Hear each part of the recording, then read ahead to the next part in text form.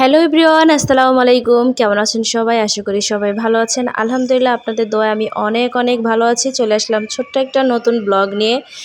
তো আমি মাদারীপুর যাওয়ার পরে আমার মার হাতের এই কচুটা খেতে আমার খুবই ভালো লাগে। এটা হচ্ছে আমার মার চাষ করা পুকুর পাড়ের কচু। আর এই কচুটা এত এত পরিমাণ মজা, নগদ রান্না করলে অনেক অনেক সফট থাকে এবং অনেক মজা লাগে।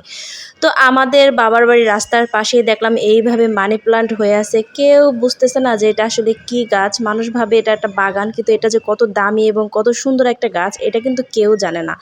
যাক, আমি তো দেখেই বুঝতে পারছি যে এটা মানি প্লান্ট গাছ। তো এরকম যদি মানি প্লান্ট গাছ রাস্তার পাড়ে হয়ে থাকে তাহলে আর না আনা হয় বলেন। তারপর আমি ভাবলাম যে কিছু মানি প্লান্ট গাছ এখান থেকে নিয়ে নিই।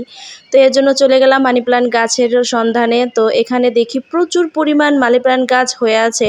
তো এখান থেকে যে আগাগুলো আছে ওইগুলো আমি দেখে দেখে বুঝে সুন্দর সুন্দর আগাগুলো আমি কিছু তুলে নিয়ে গেলাম বাসার জন্য, যে এটা আমি ঢাকা নিয়ে যাব। ঢাকা নিয়ে যাওয়ার পরে এটা আমি ঢাকায় বসে চাষ করব।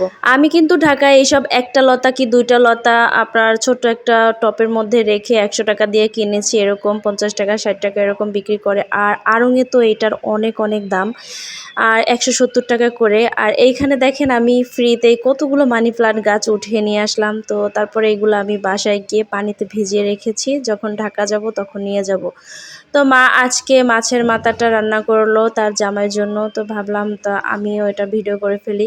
তো আজকে মাছের মাথা ভুনা করা হয়েছে, সাথে আরও অনেক কিছু ছিল। কচু ভুনা, যেহেতু মাছের মানে ইলিশ মাছের মাথা দিয়ে কচুটা রান্না করা হয়েছে, সাথে আর কি মাথা, রুই মাছের মাথা আর কিছু মাছ দিয়ে তরকারিটা আমি রান্না করলাম। কেমন হয়েছে জানাবেন।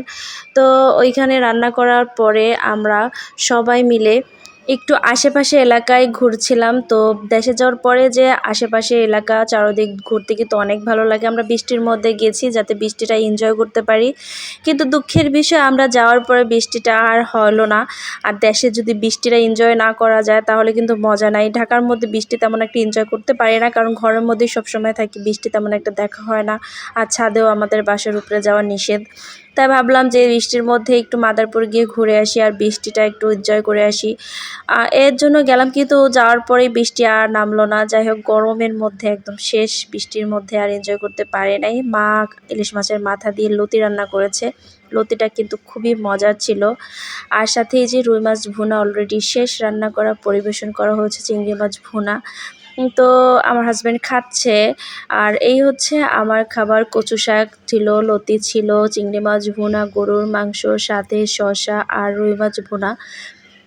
ইলিশ মাছের মাথা দিয়েই লতি আর হচ্ছে কচুটা রান্না করা হয়েছে। এত এত মজার হয়েছে এই দুইটা। আসলে আমি পেট ভরে শুধু ওই কচু আর লতি দিয়েই খেয়েছি, আর বাকিগুলো আর খাওয়া হয় নাই।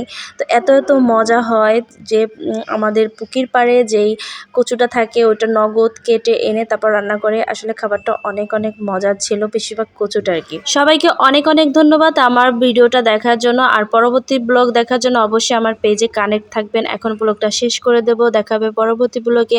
পেজ ভালো থাকবেন সবাই।